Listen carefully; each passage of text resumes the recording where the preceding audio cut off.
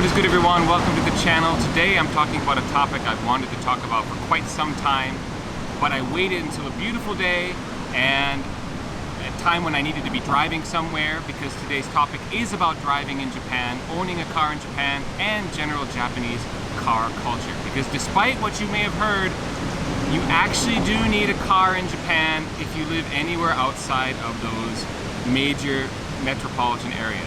Most of the Japan-based YouTubers who have told you don't need a car in Japan, they probably live in the middle of Tokyo somewhere. You actually don't have to go very far. You don't have to go into the deep countryside to need a car. The outskirts of Tokyo, Yokohama, a lot of places there, you really need a car to get by. Also, because I actually watched a couple of really famous Japan YouTubers go out of their way to rent a car to talk about driving in Japan, I thought it's probably a pretty good topic to cover, especially since I've been driving here for 18 years and I've owned more cars here in Japan than I've owned anywhere else in the world. So from a place of expertise, I'm going to be talking about Japan car culture and owning a car in Japan. Let's get on the road.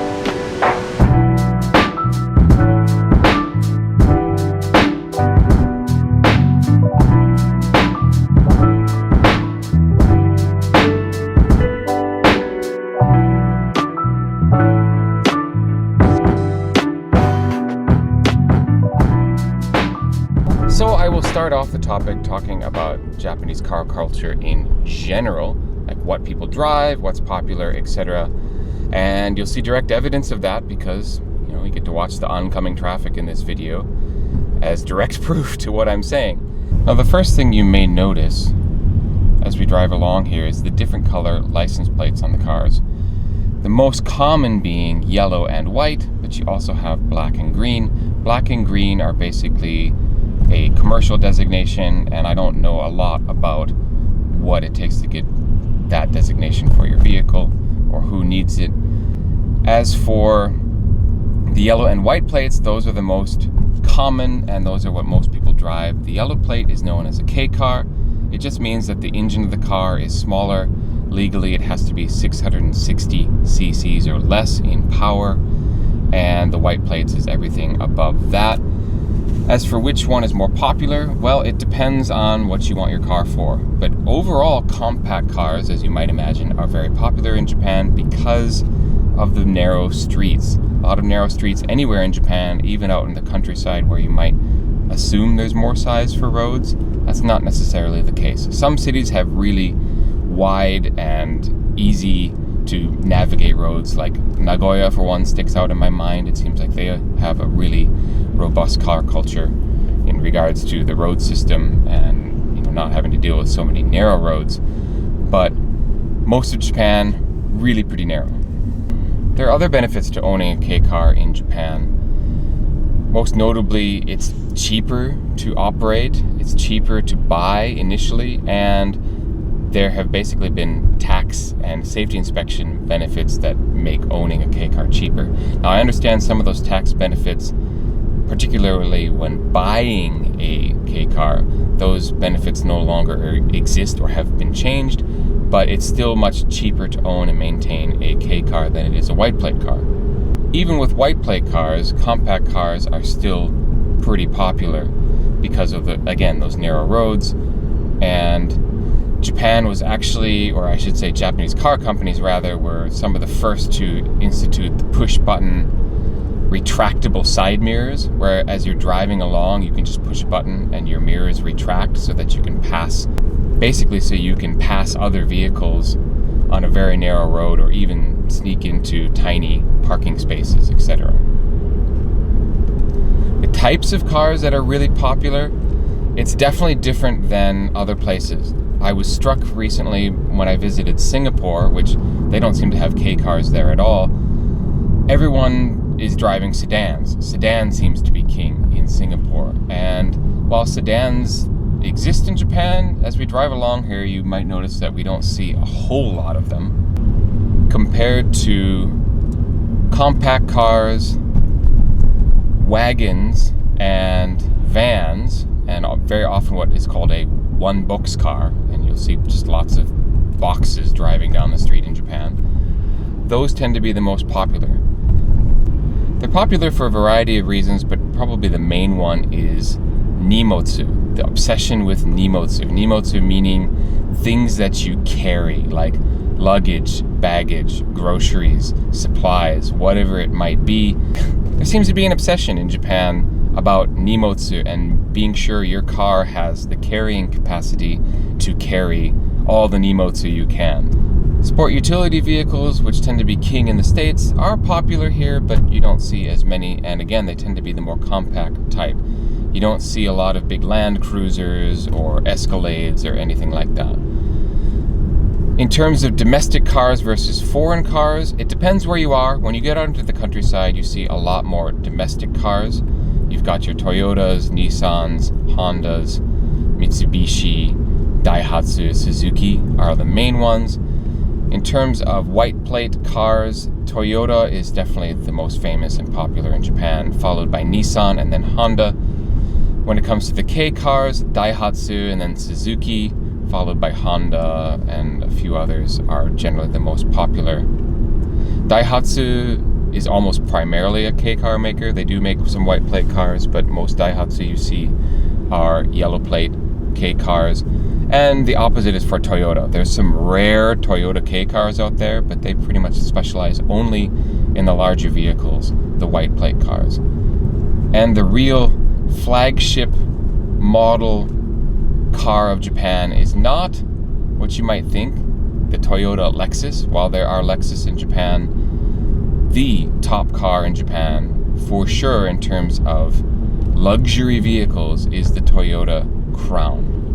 The Toyota Crown is something that is not sold in the States. If you want a high-end Toyota, you're going to be buying Lexus brand, essentially. The Crown is definitely the flagship, most famous luxury vehicle that is made in Japan. As for foreign import cars, the ones you see most frequently are the German luxury vehicles like Mercedes and BMW. You see the occasional Audi, Porsche, especially the Porsche Cayenne seems to be pretty popular in Japan. That's the SUV Porsche. And of course you do see foreign sports cars like Ferraris and Porsche and Lamborghini, etc. But not on a daily basis. Cars that I do see here more often than I ever saw in the States are cars like Lotus. I don't remember ever seeing a Lotus in my hometown in the States, but you do see them on the road here on occasion. One aspect of foreign car ownership I don't understand in Japan is the number of small, compact cars from Europe, like the Fiat or the Peugeot that I see. I don't really understand this because, in my mind, the finest compact car makers in the entire world are Japanese. So why you would go out of your way to pay all that extra money, not in just the purchase price, but in maintenance and keeping that car running, why you would buy a European compact car as opposed to a Japanese compact car, I don't get it. The Japanese luxury lines, I get it, why you might want to go out and buy a Mercedes or a BMW, a status symbol, or you really love how those drive. In my mind, there's a big difference between driving a Mercedes and even driving a Crown. I did rent a Crown once just to see what it was like, and it was for a special trip, so I got to experience that. So yeah, I really don't understand why some people have a fascination with buying European compact cars. So why own a car to begin with? Isn't Japan's public transportation so famous for being amazingly efficient that you don't need a car? Yes, in Tokyo, yes, in larger metropolitan areas, but if you're out in the areas where the trains are non-existent or infrequent, or you're relying on buses, which are even more infrequent in many cases, you need a car. Especially if you have anything in your lifestyle that involves nimotsu, those carry items again, you're going to need it, unless you are fine with carrying giant bags of groceries on a bus, etc., etc.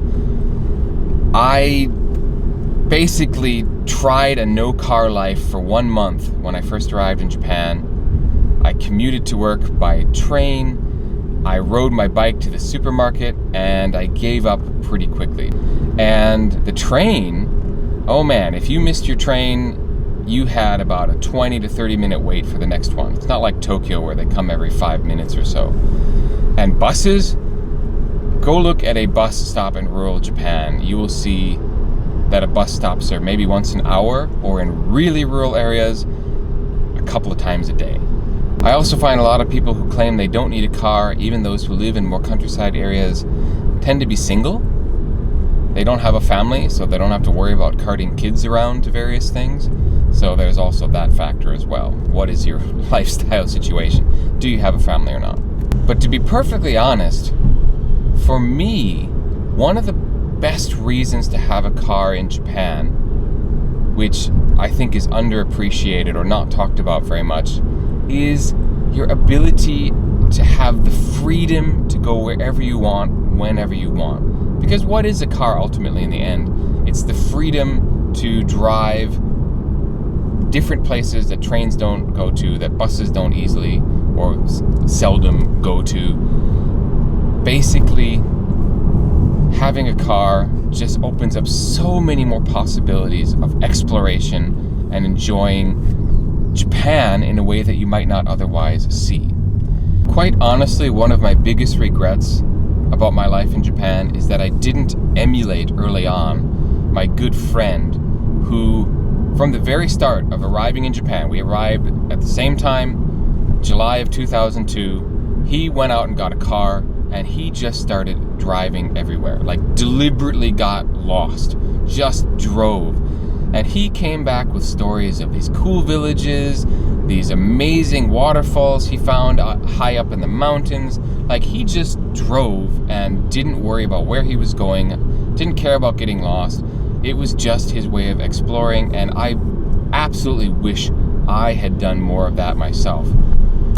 And just think, when you do that, you're seeing a Japan that the ordinary tourists don't get. You're seeing another side of Japan that even most Japanese don't see, if you're willing to just go out there, put it all out, get in a car, just figure out where you're going on the way to where you're going, and just have fun enjoying that time. And, you know, pile a whole bunch of people in your car, go down to the beach, head to a hiking trail and get hiking.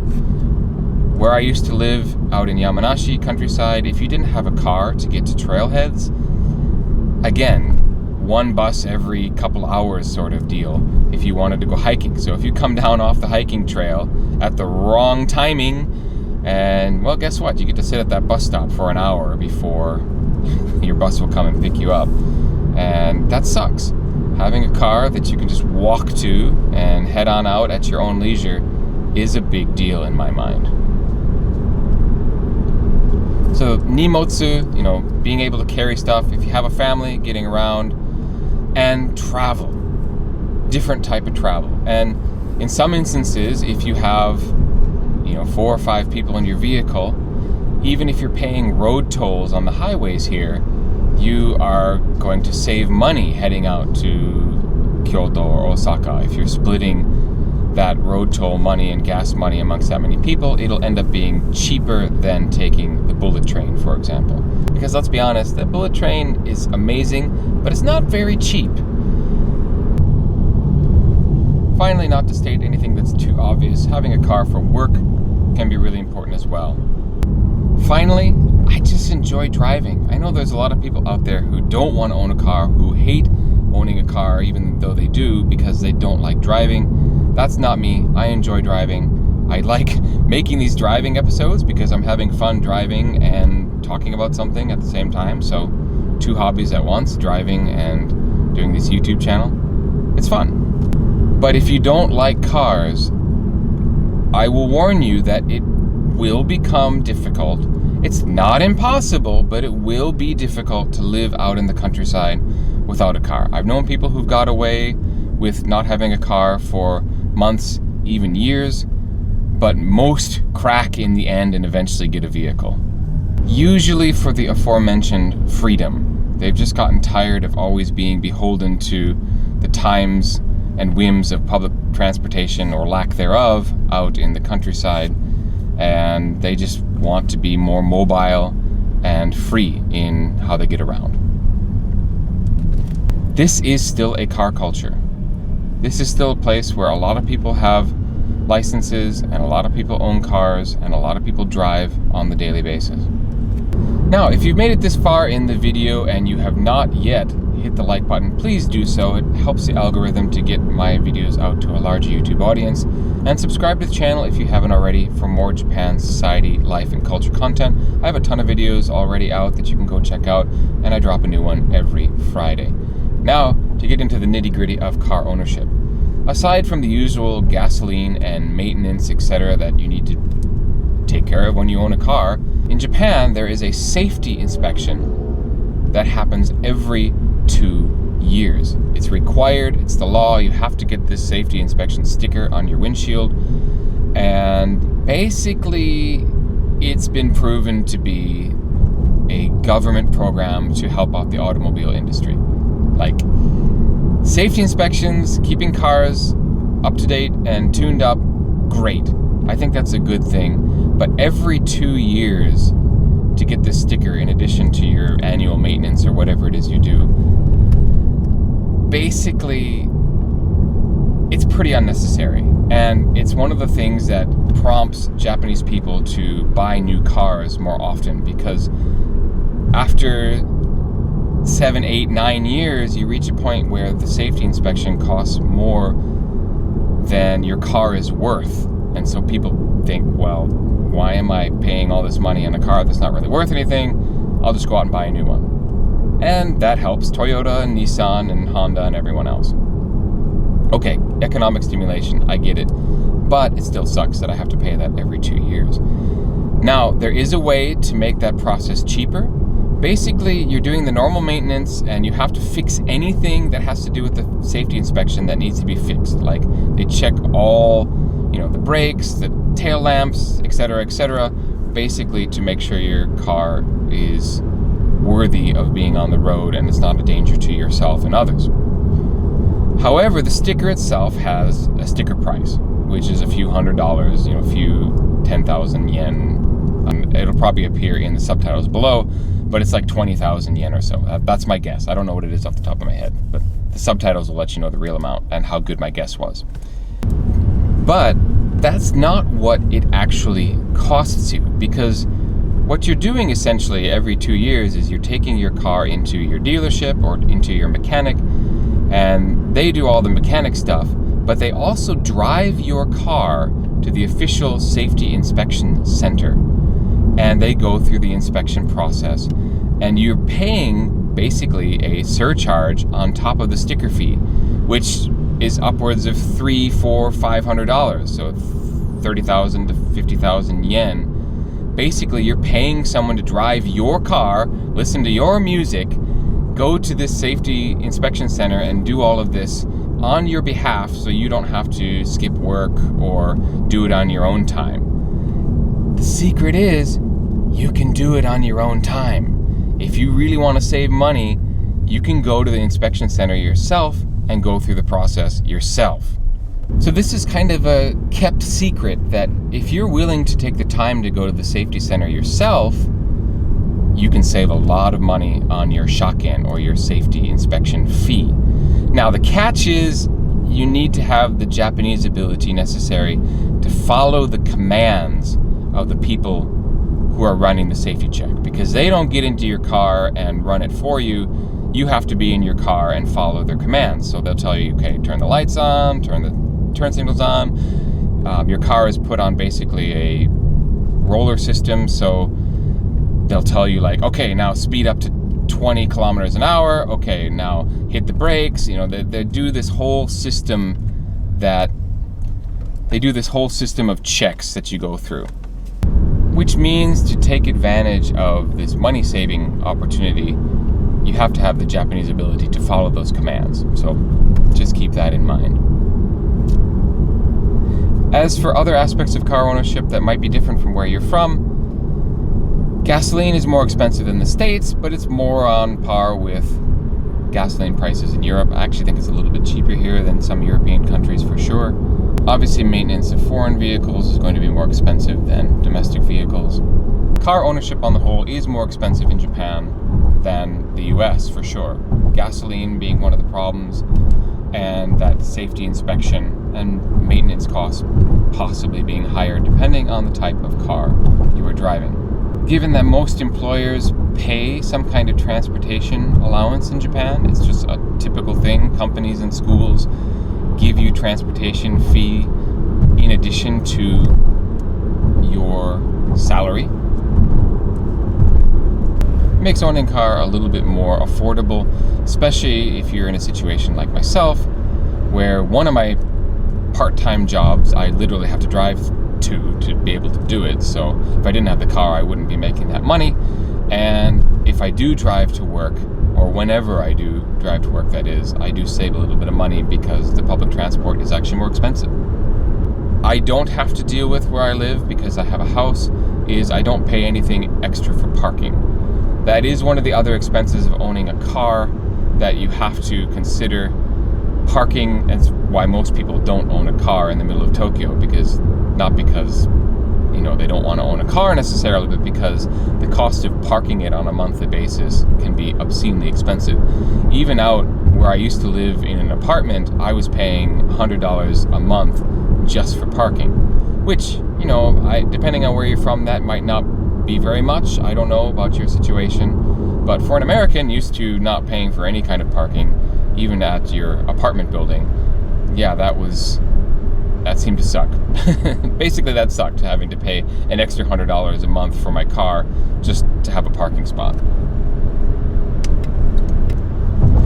So that's ultimately what you have to weigh: the convenience of having a car for your daily life versus the inconvenience of having to pay more money for certain things. Like I said, for my case, I've done the math, and for the most part, my car pays for itself, which is why I don't mind owning it. And again, even if it didn't pay for itself or was a real money pit, I like driving, and it's convenient enough for my shopping and travel, etc., that I would probably still own it anyways.